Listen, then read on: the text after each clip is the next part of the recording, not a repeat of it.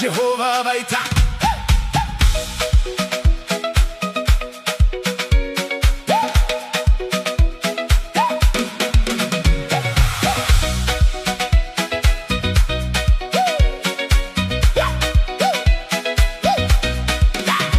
Takambofamba tichiremerwa, takambochema nematambudziko, asi zvino zvinhu zvachinja, Mwari vapindura. Takamirira nguva refu, asi zvino yasvika, nhasi tave kupembera nekuti Jehova vaita.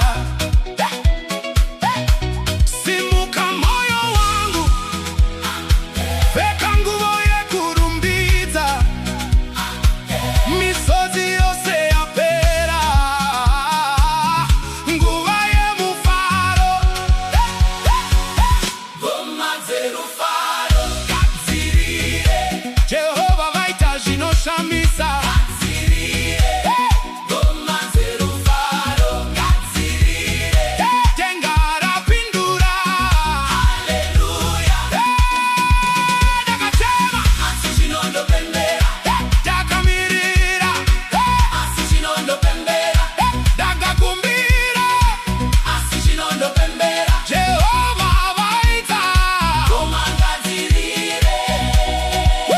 Vakandiona ndakanyarara, nhasi vachandiona ndichisvetuka. Vakandiona ndichifunga, nhasi vachandiona ndichifara. Mwana waMwari ngazimuke, aratidze kufara kwake. Kana Baba vaita chinhu, ngoma dzinorira. Pukuta misodzi, simudza maoko, tanga kutenda, chishamiso chauya. Ngoma dzerufaro. Gadzirire, Jehova vaita zvinoshamisa.